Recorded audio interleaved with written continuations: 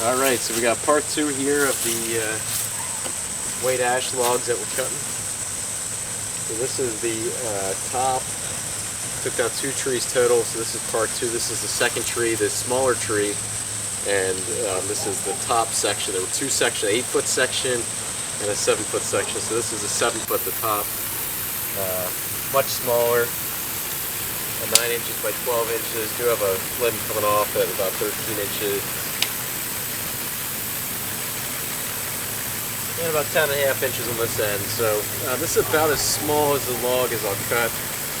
Much smaller, gets really hard to hold, and you don't get a whole lot of yield. You don't get many boards out of a log this size. So we'll make quick work of this and then get the trunk on.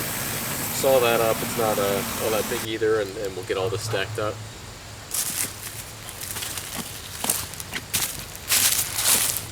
So if you listen carefully, you can actually hear this piece creaking. You can see it started to lift up on the end.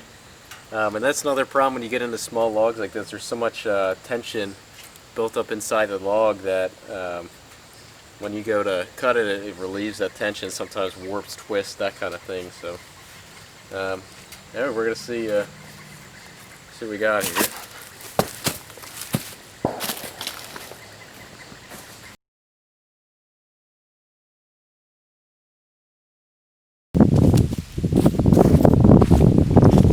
Alright, so it looks like decent pieces. You can see the crack there, it started there, definitely splitting. It's kind of cool looking up here. A little bit of figure. Other than that, white ash. Nothing too exciting here. So I'm about halfway through, I'm going to go ahead and flip it and cut from the other side.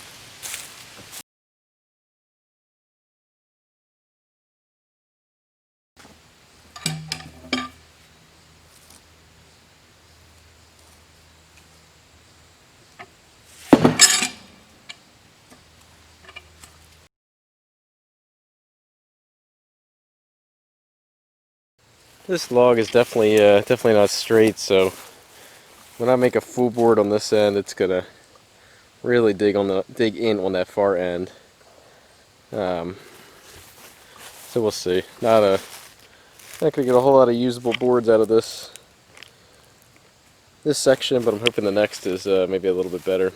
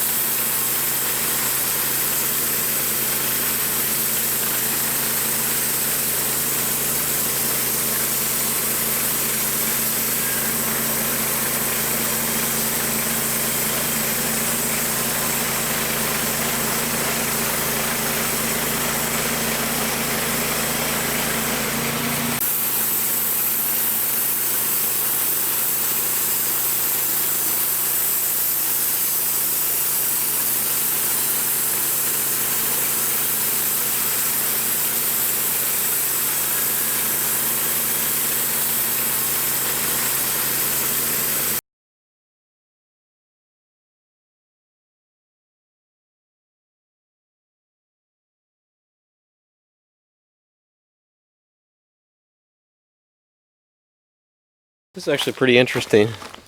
I noticed when we were cutting this up with the chainsaw that it had like some gray streaks in it, and you can actually see here the gray. Just as if half of the board is that gray and the other is traditional white ash, a white color. It's strange the heartwood has that. don't know if that's the ash borers doing, or it doesn't really look like that. Might just be a natural thing. Maybe somebody can tell me in the comments. Somebody that cuts ash more than I do. But these are the four slabs we got out of that second half of the log. Nothing too crazy. We'll use it for something. Not the prettiest looking, but not too bad either. A little bit of figure in this crotch section here. Then we're gonna get this stacked up and grab the trunk, the bigger section. Throw it up on the deck.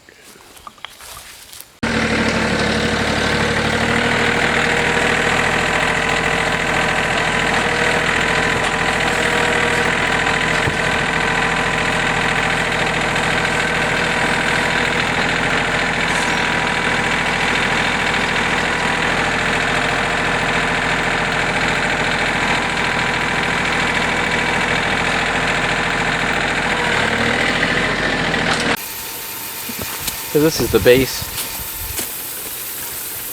Again, not that big, 10.5 by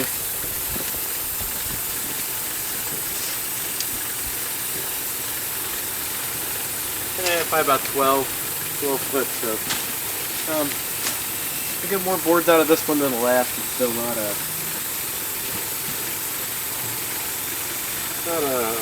large log, but we'll saw it up anyway, see what we get. At this point, you know the drill.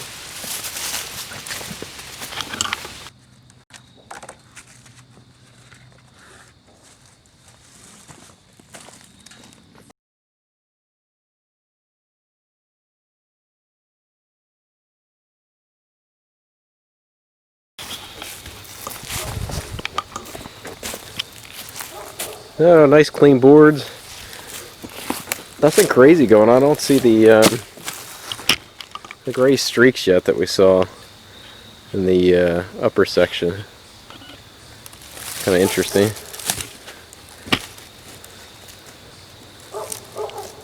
Yeah, nice boards. Definitely usable.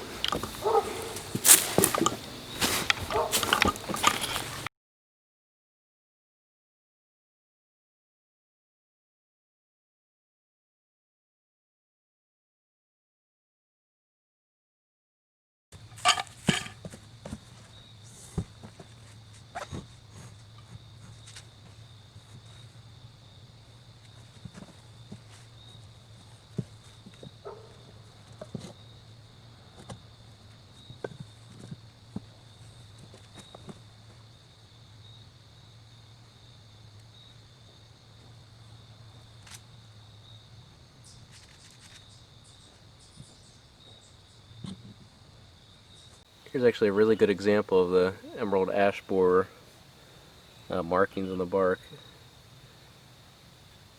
But really, looking at the lumber itself, it doesn't really, they don't dig deep enough to get to the wood, which is interesting. See holes all in the bark.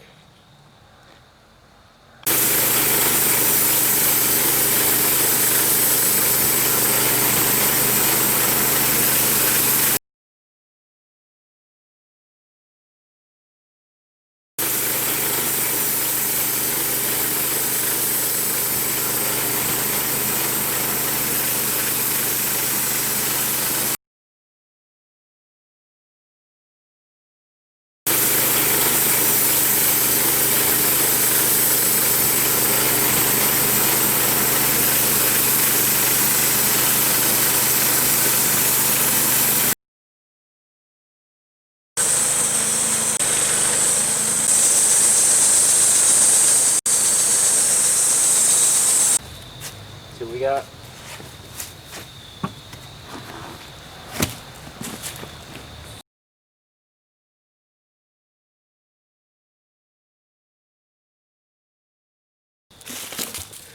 Okay, so there we go. The gray did come back. This one got a spalting. It's unique looking though. I don't mind it. It's just unique. Yeah. There we go. Now we're going to go ahead and get these all stacked up. So thanks to Frank for helping me stack up the ash cuts here. This is actually from both part one and part two. All the pieces I got out of those two relatively small trees. But we got them stacked up here, stickered to dry, and yeah, it went pretty good. Saw cut nicely. So it's November now, so we're getting into the season here in Maryland where sawing outside is going to be less and less fun. So we're going to keep going until we get poor weather and then head into the shop as much as possible.